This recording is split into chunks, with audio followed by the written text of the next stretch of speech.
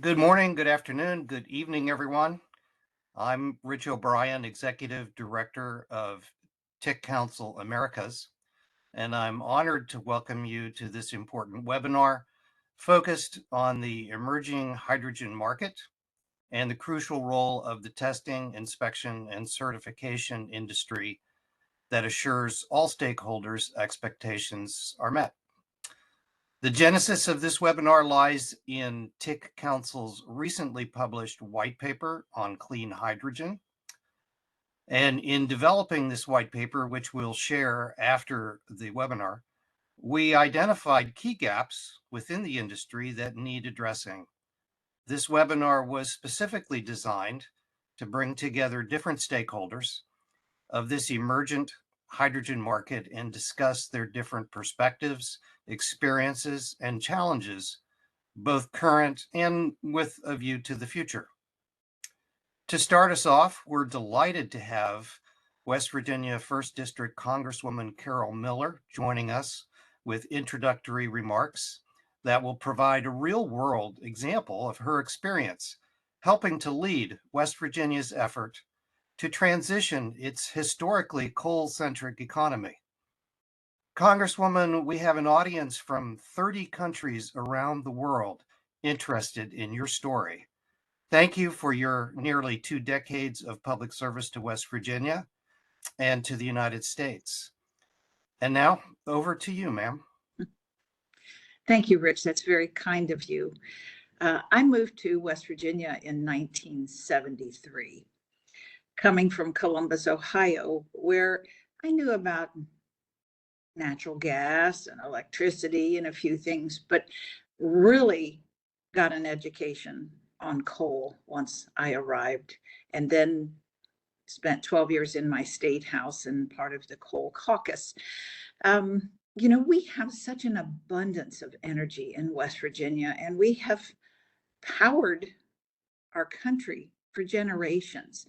And it's my intention to make sure that we keep doing that.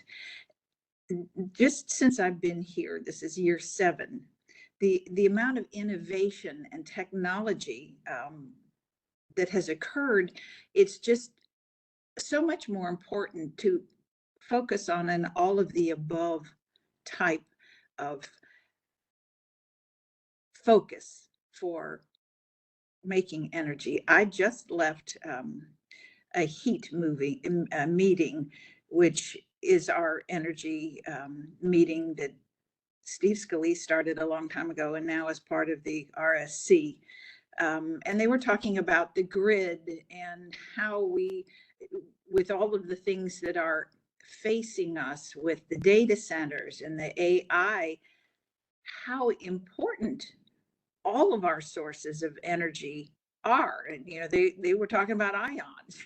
It's all, how do we transmit this energy? And so I have been encouraging for a number of years the all of the above thought process and policy process to fuel our country and our world.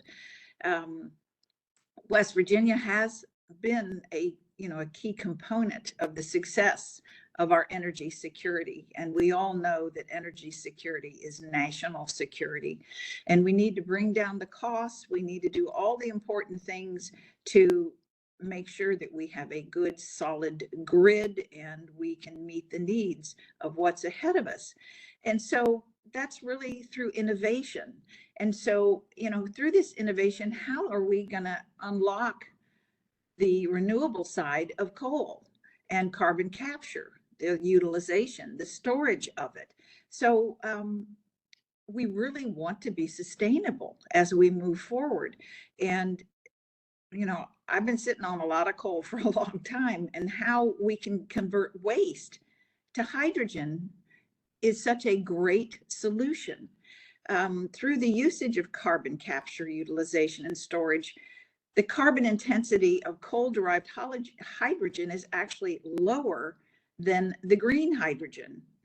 I've joked for the last 2 years that I really needed a degree in chemistry and physics in order to comprehend all the different kinds and different colors of hydrogen and all the things that we are doing scientifically. But I did go to an area in Virginia, and got to see the carbon capture utilization site where they're pulling the methane off of the mines. And I think that that is going to be more prevalent as we move forward. So I have been working on legislation that supports clean energy, and continuing how we utilize what we've done for generations. You know, I've had 35-year-old men come up to me out of the blue and just look at me and say, please save our jobs. We love what we do. Please save our jobs. And so I am doing everything in my power to make sure that we do save their jobs and do an all of the above portfolio moving forward. Earlier this month, several of my colleagues joined me in reintroducing the Methane Reduction and Economic Growth Act. And it's a bipartisan bill on capturing and repurposing mine methane emissions from active and abandoned mines to be used as an energy source throughout the United States. And so this is an important step for us to obtain economic success and to continue to secure our energy dominance. The United States already produces energy cleaner and more efficiently than anywhere else, and we want to be more cost effective throughout the world. So it's imperative that we continue on this road. And again, with technology, we can continue to use our energy sources, such as our fossil fuels, to achieve the low carbon hydrogen that our country needs and promotes a more healthy environment. So I'll turn this back over to you. I'm just giving you a little tiny window of what's going on here. I had people in this past meeting from Wyoming, from Indiana, from Alabama, from Texas. So we all care, and we're working to make things happen.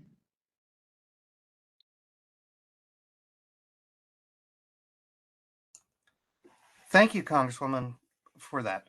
Really appreciate it. On a personal note, my wife and I own some property in West Virginia and plan on spending a lot of time there in the future. So going to be watching how things go, and really appreciate your time. What part of the state are you residing? Preston County. Okay. Far from yours, but still well, same state. It's such a beautiful, beautiful state that I adopted 52 years ago. As a matter of fact, I was married in April of '73. And it, between the water and the coal and the natural gas and all of the wonderful things that we have there, it just, the carbon capture is a wonderful way to go. You're right. Thank you very much. I know you have to sign off, but thank you for leaving Emily with us. I hope she's on. I am. I'm going to steal her iPad from her. So I'm just going to really quickly. I'm just going to really quickly change rooms. So I'm going to go on mute and turn off the video for a second. Okay. I will start some introductions. And again, thank you very much, Congresswoman Miller. So ladies and gentlemen, I'm happy to welcome you to our panel discussion with experts who bring a wealth of knowledge and different perspectives to this discussion.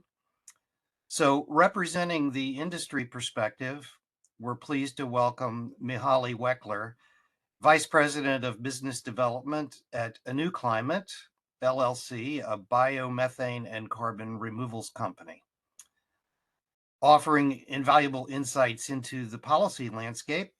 As mentioned, we're honored to have with us Emily Henn, Deputy Chief of Staff and Legislative Director to Congresswoman Miller. And representing the vital role of the TIC sector itself, we welcome David Gauci, Global Lead for Product Quality and Testing at Saybolt, a testing, inspection, and certification company serving the energy industry.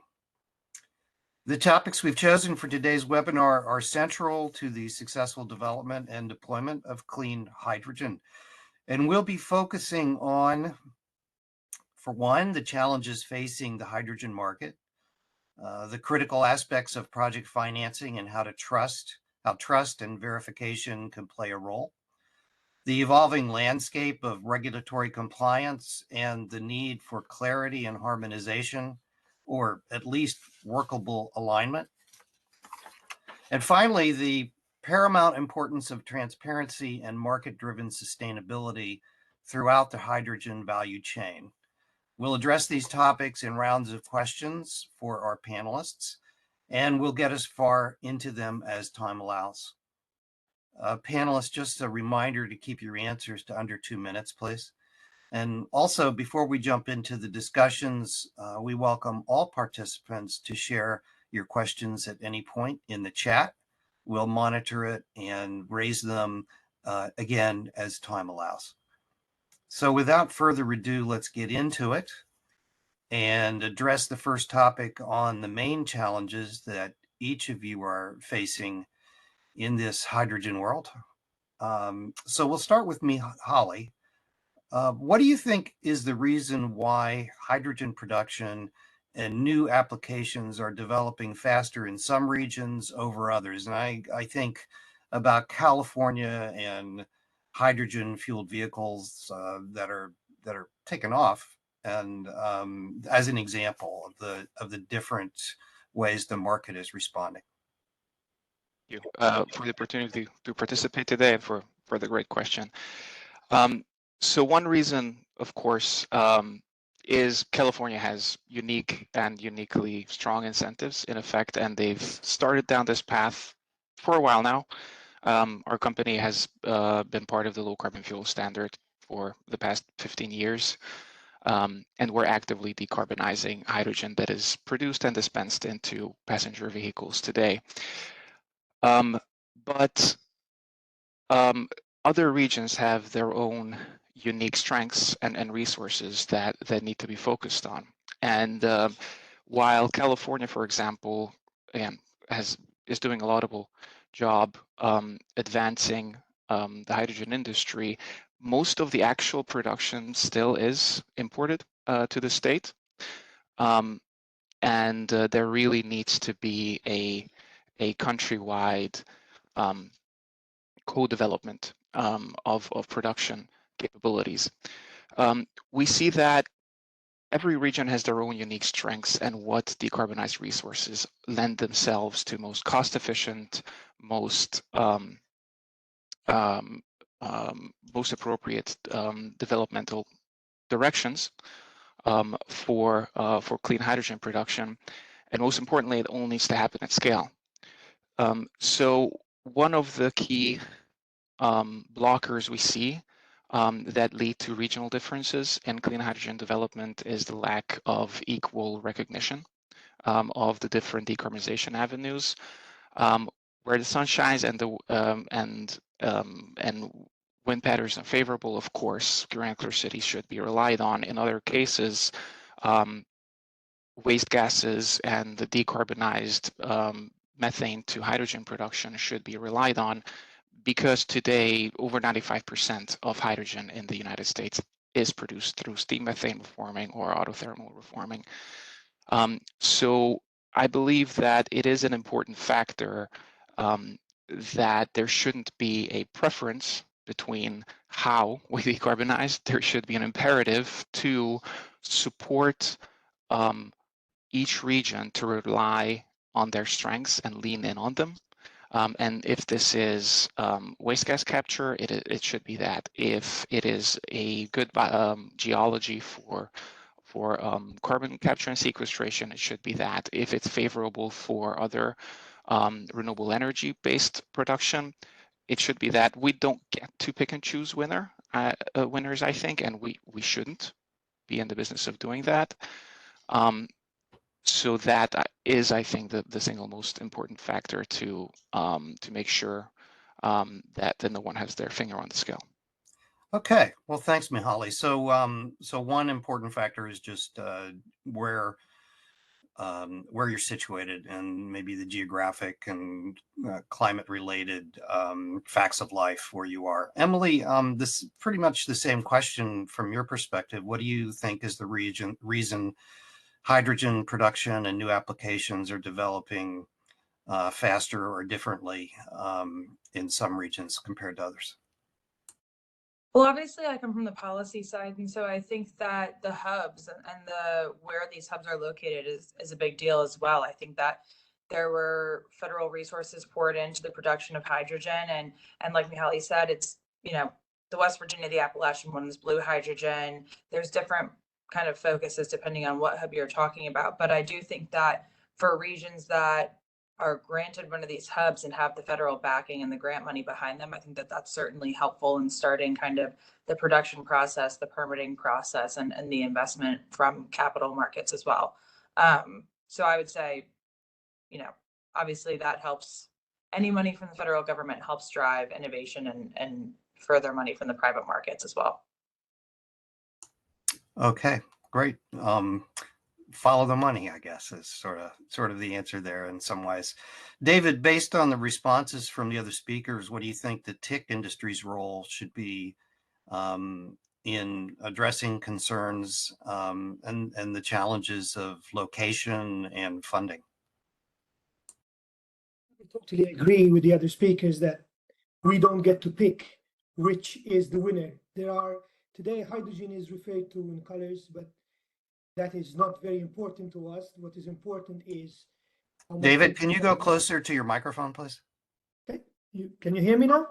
Yeah, a little louder or a little closer. Thanks. That'd be great. Sorry. Okay. So, well, I was saying I totally agree with the other speakers that we don't get to choose which type of production hydrogen is the winner. All we care about is the greenhouse gas emissions of those hydrogen.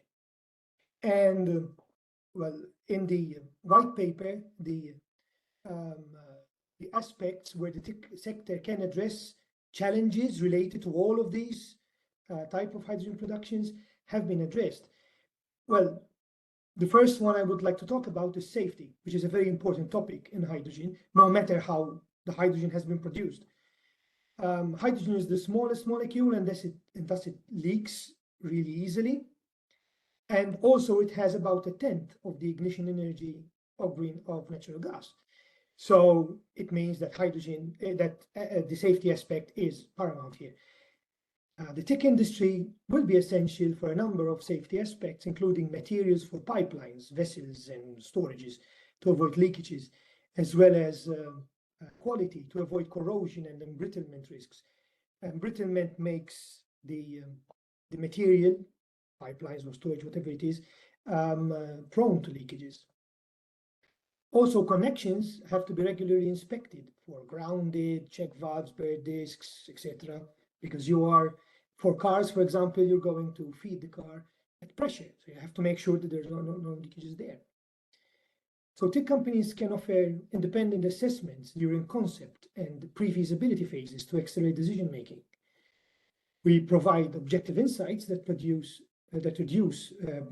project risks, insurance, regulatory compliance, and increase investors' confidence. That's what is needed in hydrogen right now, to reduce risk and improve the confidence. So this helps to increase, for example, the hydrogen refueling stations, which we were talking about in California.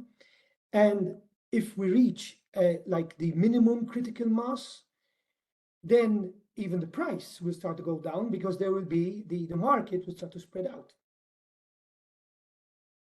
Okay, well, thank you. That's a good insight. And I guess generally speaking, any project you're working on, if you don't control the safety risk, then you're in trouble anyway. So so thanks for that input. Emily, you touched on financing already. So as a practical matter, what role can governments play in fostering public-private partnerships for hydrogen infrastructure projects in coal country or anywhere else? Are there measures that governments can put in place to lower the risk of investments for private industry? Yeah, I mean, I think you can look to the hub program that was passed a few years ago as a prime example of that. It's public-private partnerships. It's DOE grants going into, I should know this off the top of my head. I think there are 7 different regional hubs where there's there's folks that are running the hub program, and then they're going out and sourcing local energy imports, local workers, getting local wages up, all with the end goal of developing hydrogen and eventually putting it onto the grid. And so I think that that's a really good example of public-private partnerships at work. And I think that that's something that also, I mean, obviously it's the most helpful when federal governments do it, but every state is able to, if they really want to go for one certain type of energy, they can certainly make it easier regulatorily to do that as well. And in West Virginia, not hydrogen, but we had a moratorium on nuclear energy for years. We just got rid of that. And so that makes it easier for, if there are nuclear developers that want to come into the state, they now can. Similar efforts can be taken on the state level as well. If a state really wants to kind of incentivize any one type of energy or one type of production, you can use tax credits, you can create grant programs. So it really is, I mean, states have the leeway to do it, but we have a significant kind of investment right now from the federal government side as well, both with the grant program, and then there's a comparative tax credit 45V that folks are able to use as well for the production of clean hydrogen. So I think that those things are kind of the most helpful in terms of unlocking capital and having a good public-private partnership structure. Great, thank you. For Mihaly, what do you see as the most frequent bottlenecks clean hydrogen developers are experiencing when they're trying to secure financing? So to a degree, hydrogen is tricky in that it doesn't transport very efficiently today because the infrastructure to deliver hydrogen around the country efficiently isn't built out yet. And I believe it's very appropriate to give the industry leeway to develop today and allow to build out those efficiencies. So we do see in many cases, and we've talked to many project developers who've found just incredibly creative and ingenious ways of harnessing renewable resources for hydrogen production. But if you can't get it to the actual user, then unfortunately that is a big blocker. Here's where I think Emily very correctly emphasizes hydrogen hubs make a lot of sense, where you co-develop demand, infrastructure, and supply to act as the nucleus of our future hydrogen economy. But we also do see certain projects that are willing to take on the if we build it, they will come mentality and recognize that someone has to make the first step. So making sure that you have a reliable market and destination for your hydrogen definitely is one of the most frequent things we see. However, what we see actually ending up in more cases either blocking development, or we call it death by a thousand cuts, just dragging timelines out to the projects to the point where projects lose the momentum, is that the goalpost on them is getting moved, unfortunately, or there's not enough certainty on permitting timelines, on incentives available, on taxation related benefits. So having a very firm framework that allows the very significant investments that people have to make in jumpstarting the hydrogen industry, to allow the money to flow into the space that makes build out happen. For that, we need a stable environment, and we need a very clear commitment that the hydrogen industry must be enabled to go through the same development paths as many other essential and energy infrastructures that are the backbone of our country's energy dominance go through as well. Yeah, those are great points. Clearly, banks are talking about a different kind of risk oftentimes compared to the safety risk that people involved in hydrogen production and transport are talking about. But risks, nonetheless, wherever they come from, can get in the way. David, question for you. What certification services are available to demonstrate the sustainability and environmental impact of hydrogen projects to financiers? Again, a matter of lowering risks for them. Exactly. So provides evidence of sustainability. Can't hear you, David. Again, okay.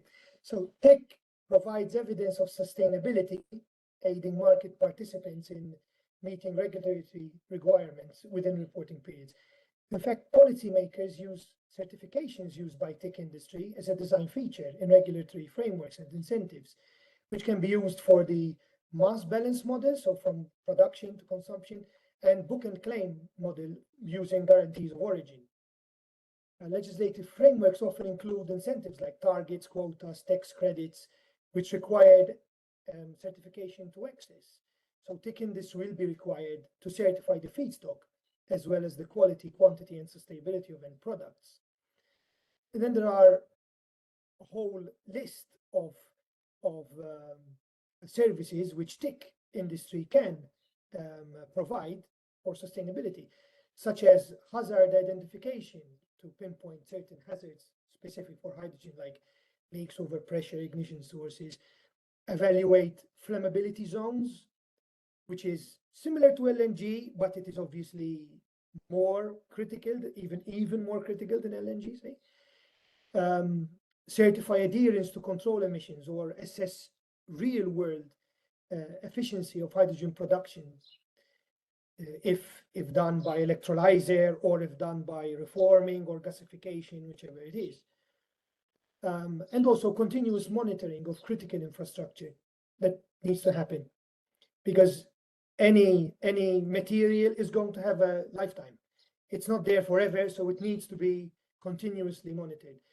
Obviously, then there are the obvious ones like quality and quantity of the feedstock and the end product, pre-shipment inspections, and material components. So I think TIC's role is very wide-reaching. It starts from the design stage to safety, real-world efficiency, greenhouse gas emissions evaluation, Q&Q services. So it's very wide-reaching, actually. Thanks, David. Do you have a way that you can increase the volume on your microphone? Oh, I'll try.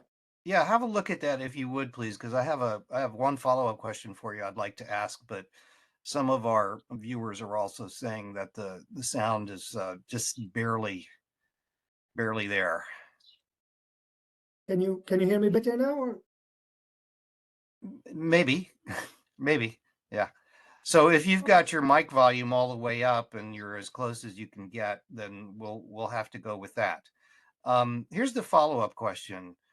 You mentioned all of these technical areas, and some things are kind of complex and unique to hydrogen. I think someone early on, might have been you, mentioned brittleness as one of those areas that's kind of unique to hydrogen transport. Is that a real big problem? And if so, how does the TIC industry address that issue? The brittleness, there can be two kinds of brittleness. It's either because the hydrogen starts to infiltrate the material itself and then it expands it, or else there can be brittleness because of reactions. And the reaction part, that's purely due to what kind of materials is the container made of. When we say use stainless steel, there are hundreds of types of stainless steel. And you have to make sure, especially for liquid hydrogen, where the temperature is so low, that you use a stainless steel adequate to that temperature. Otherwise, it will become brittle, and it will be very dangerous. But yeah, mostly it is the type of material which is used, the temperatures and pressures at which it is subjected to. So the expertise of the TIC industries is, I think, a key again to reducing risk, because presumably if the brittleness of the container or the pipeline is not constantly monitored, then you're looking for trouble. Yeah. And as I said, this is not once for a lifetime.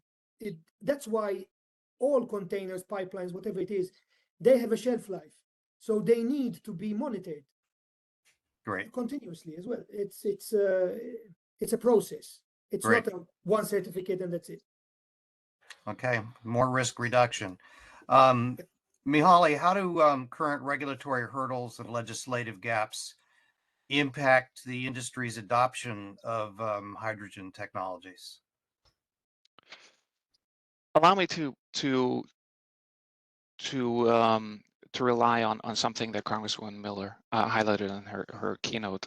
She mentioned that she recently visited a waste capture operation, probably in the Appalachian region, where jobs are created in well-deserving mining communities to mitigate the methane that's seeping literally out of the ground today. And it is a necessary and appropriate regulation that active mining operations that are essential for our economy and for our steel to be made and to liberate methane out of the ground, because it could potentially become explosive underground and be a danger to people working there. So very appropriately, there are mine safety regulations that mandate the release of this methane. There are no regulations that dictate what has to happen to this methane.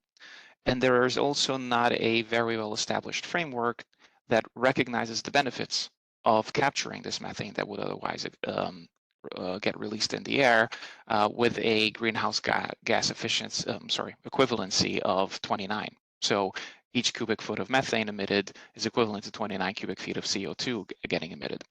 So I just wanted to tie into one specific example of harmonizing regulatory frameworks to realize that there is waste that today contributes to heating the planet that we could turn into a resource for hydrogen production, create local jobs, and produce the hydrogen there close by. And there's even initiatives to do that, including the Arch2 Hub, to leverage these resources. So I thought it best to approach the question with an example. I think it's these sorts of harmonizations that need to happen, and we need to take a step back and look at, okay, what's the right hand doing, what's the left hand doing, and what are we actually trying to achieve? And let's make sure that we coordinate towards that end goal and not get bogged down in the nuances of this hand and the nuances of that hand, and one last expression I'll use this, and because of that, don't see the forest from the trees. So I think there's good intent in many cases. I think the development of the frameworks is happening. I think there should be an added focus on harmonizing them and making sure that they stay targeted. And this is very much done in conjunction with building and maintaining the trust in the safety and the technical robustness of the hydrogen industry, to make sure that, again, there's no public perception pitfalls either. That's a very interesting example, and I appreciate you using that one. Emily, you work on the Hill, and you know better than anybody that the more technical an area is, the harder it is to get everybody on the same page. And this is certainly one of those areas where I'm sure it's very challenging. So I kind of have a three-part question for you. What specific regulatory frameworks are currently in place for hydrogen production and from coal, and of course for its transportation? Are there regulatory gaps that still need attention? And from your experience, is West Virginia constructing a regulatory framework that supports business opportunities for hydrogen production. So we've got a little bit of federal and a little bit of state level questions there for you. Sure. I mean, I think it's less regulatory and more just demand, right? Like it's not from a regulatory framework. There's not regulations that need to be in place that say it's legal or illegal to produce hydrogen. I think that there's right now, at least at the federal level, again, I mentioned 45V, there's an incentive structure there for the production of hydrogen. And that is supposed to be agnostic to what type of hydrogen you're producing. And so I think under the Biden administration, there was much more of a focus on green hydrogen. The administration really, and I guess to the regulatory side, the DOE and Treasury have a role to play in. We make a law, we make a tax credit.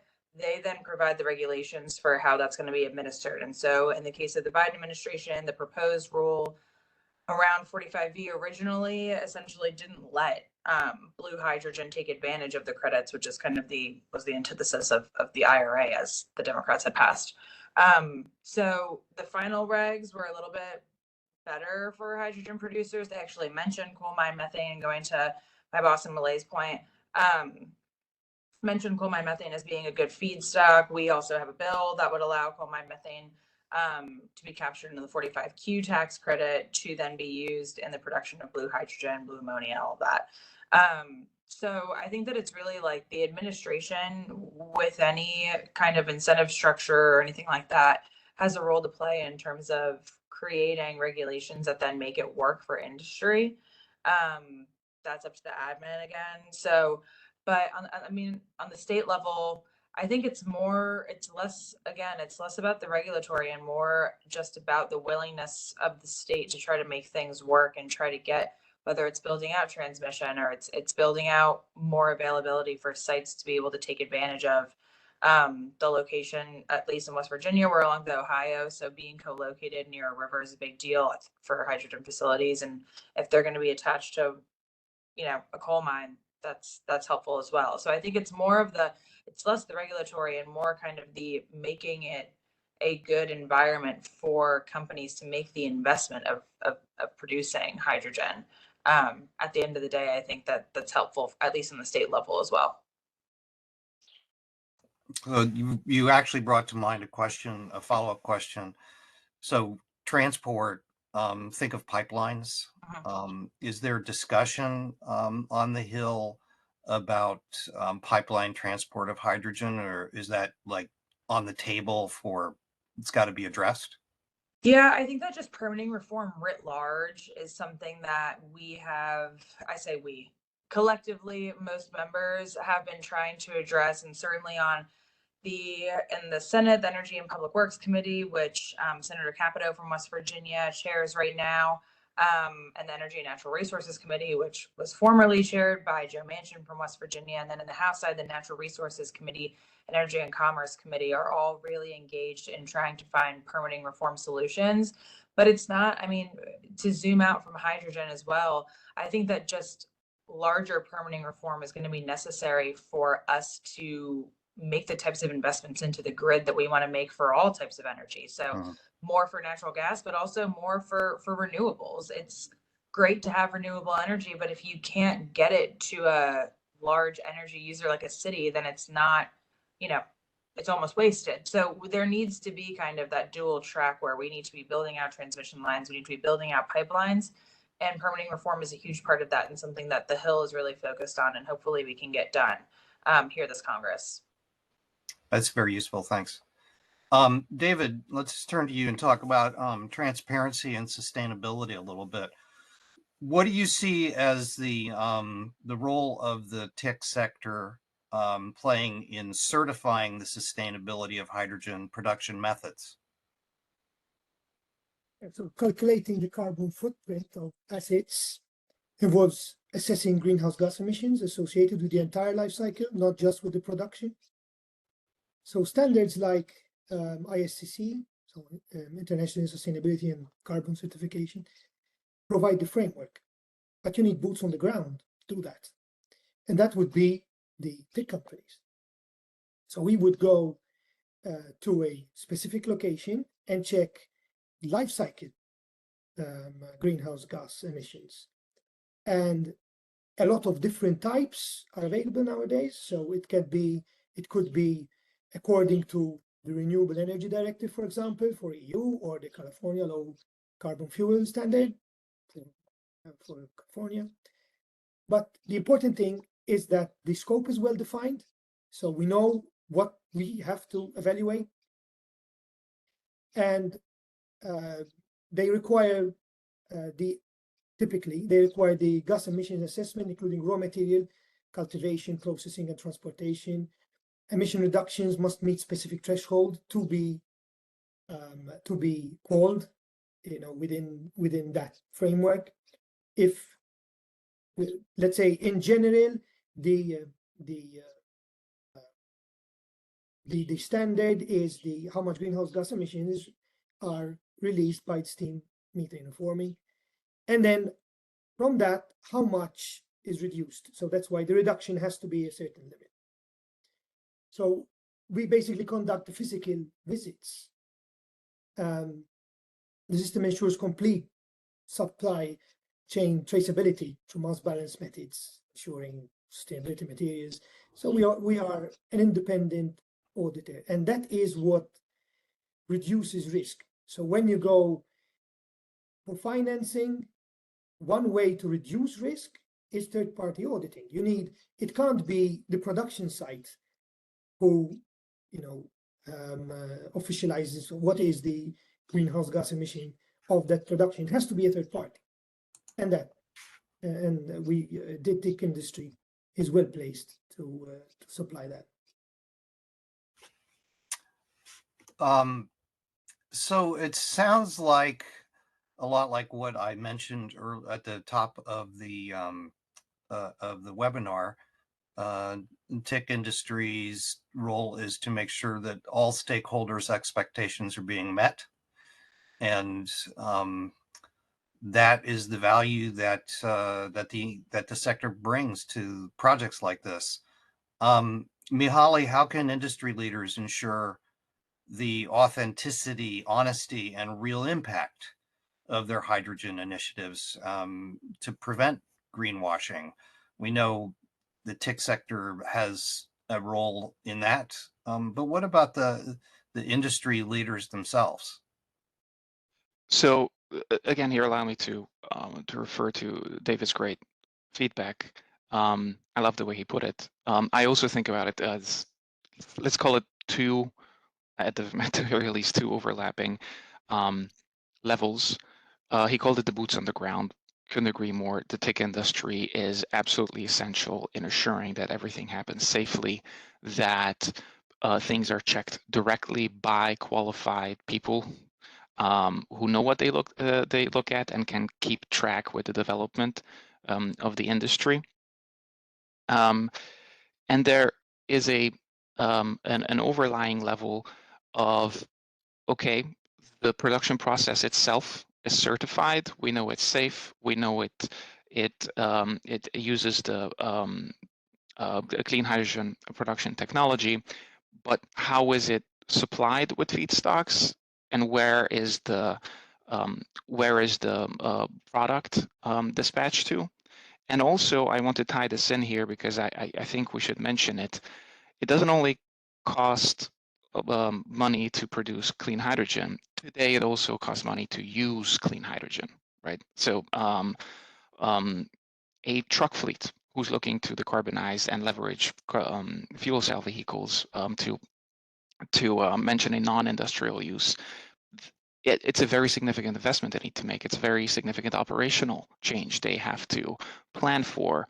They need to be given the tools to recognize the decarbonization benefit that they create through their investment. They need to be able to report on those achievements. They need to be able to transfer that investment into a market benefit for themselves, and there needs to be framework stood up for that.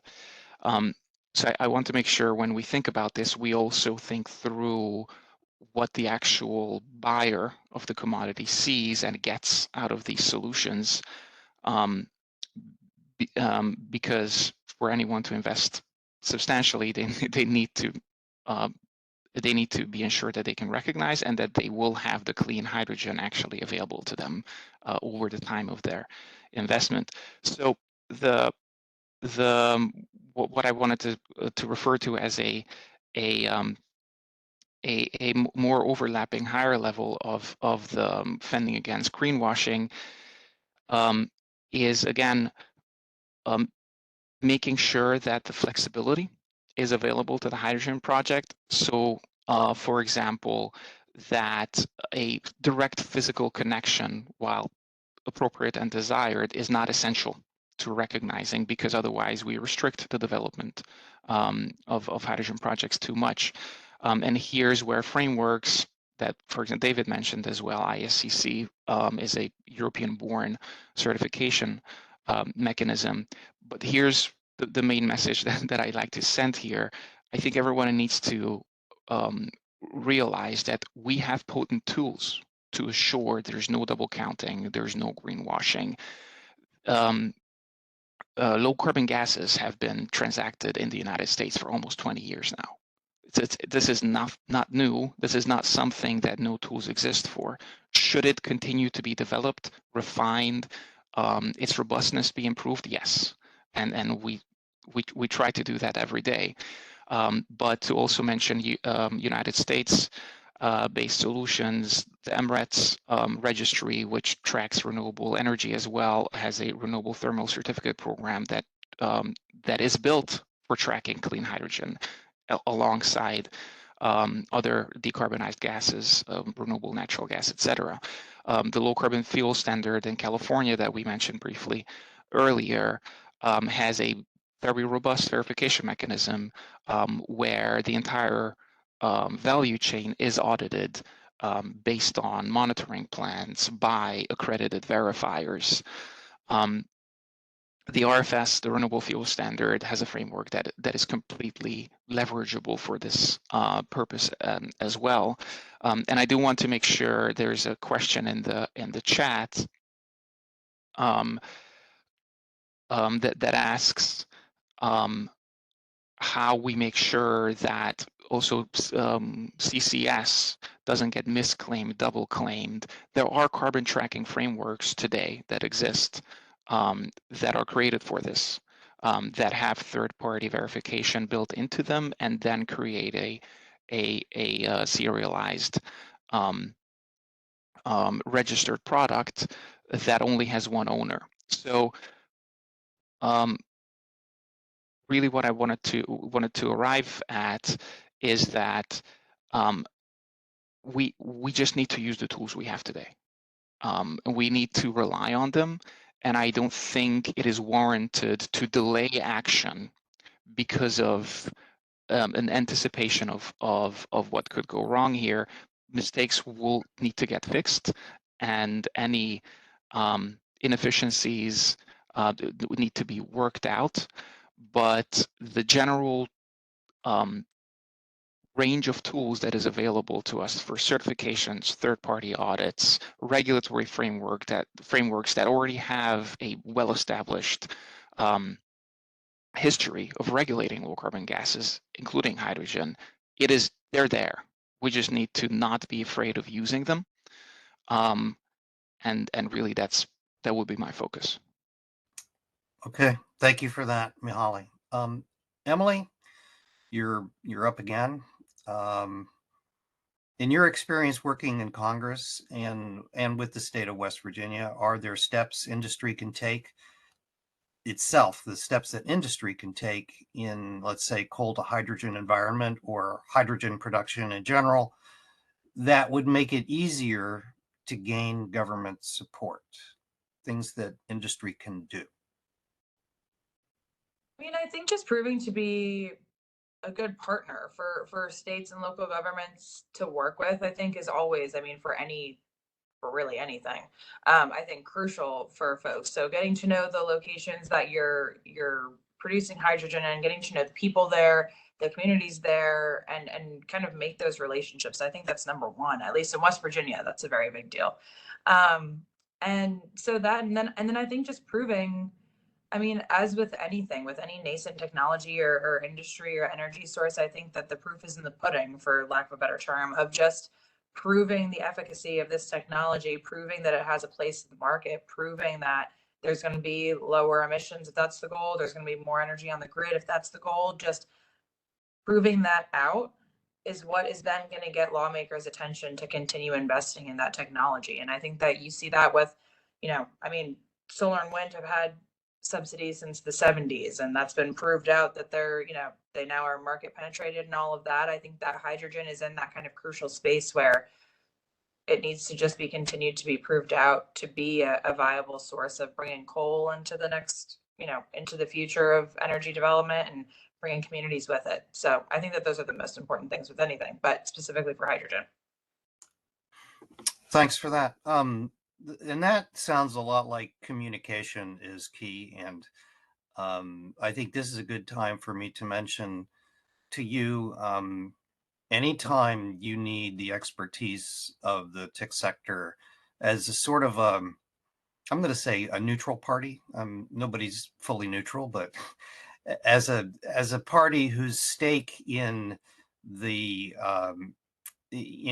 business is to see that things are exactly as they're supposed to be, as they're stated to be, as they're claimed to be, and as they need to be in order to be safe. That's the work of the TIC sector, and I think you can rely on that as you're continuing to work on issues, around hydrogen or any other energy questions that come up that are important to you guys, to come up with the right answers and the right legislation, the right measures. So please, you've got our number. So please feel free to use it. We have just a few minutes left. So here's what I'm going to do. I'm going to start with David and ask if there's one thing that you would like our viewers to take away from this. Take a minute and say that. Maybe it's something you didn't emphasize enough already, or you didn't get a chance to mention, but take a minute and give them that takeaway. Well, the first thing is the importance of decarbonization, because it's what we are trying to do, obviously, is to reduce the impact human activity have. And there are a lot of aspects for what we're trying to do. And it can get a bit complicated, as hydrogen is not just the hydrogen, but also all the derivatives. You may have heard of methanol and ammonia and the e-fuels. They're all part of it. But at the end of the day, the important thing is life cycle assessment for the process you're doing. That is, at the end of the day, that's the important factor to keep in mind. Okay, start to finish, the whole life cycle. Yeah. Okay, Mihaly, what do you want to leave people with? I would encourage people to think about the whole value chain as it pertains to hydrogen development. Hydrogen, also, I can't resist, but there's another question in the chat as well that I'd like to reflect on which applications do we foresee the most economically viable. Well, the immediate answer is, frankly, the ones that use it today. Hydrogen is not new. We've been relying on it for quite some time now. And I happen to live in Houston. I have 1,000 miles of hydrogen pipelines running close by. So maybe let's start there by decarbonizing the technologies that we use today and the use cases that hydrogen is actively flowing into, to create the backbone for newer applications such as maritime fuels, such as truck fueling, which needs to built out significantly to happen at scale. And of course, tying hydrogen into the electricity sector as well, maybe emphasizing its energy storage capabilities. So again, what I would encourage everyone to think through is hydrogen is unique in that you need to develop both its production as well as its use. It's not like electricity where the grid is there. If you feed the kilowatt hour into it, it'll be used the same as any other kilowatt hour. So with that in mind, I think we need to not be afraid of glide paths. We need to recognize that for the newer use cases of hydrogen to be built out, decarbonized clean hydrogen needs to be available at scale, at acceptable price points, and the industry must be allowed to go through the clean hydrogen industry must be allowed to go through its development path. And I deeply appreciate the concerns and highlights on making sure that there's no double counting, there's no greenwashing, that these need to be front and center. I firmly agree. At the same time, I would caution for anyone trying to pull the brakes because of this being a perceived problem. It is something that will continue to need to be improved. That we have tools today to unlock electricity sources around the world and around the United States, relying on a multitude of clean and renewable and decarbonized fossil energy sources. Okay, Mihaly, I got to jump in. Got it. We've got a minute left, and Emily, can you take us home in that last minute? What do you want to leave it with? Sure. I mean, I would just say that these issues are being litigated up here on the Hill, and I think in state governments as well. And so to the extent that you all have concerns, ideas, anything, I think go to your representative, go to your state folks, and have your voice be heard, for lack of a better term. But it's definitely something that continue to watch the Hill, because energy, both on the tax side, on the grant side, on the transmission side, all of these things are top of mind, both for the new administration and for leaders on the Hill right now. So we'll hear more about all of this, I'm sure. Okay. Thank you, Emily. Please pass along our thanks again to Congresswoman. Mihaly, David, thank you very much. I think this has been a very useful discussion. I certainly have learned some things, and I'm sure that our audience has too. So, and for those of you who tuned in today, thank you very much from TIC Council, and have a great rest of the week. Thank you. Thank you.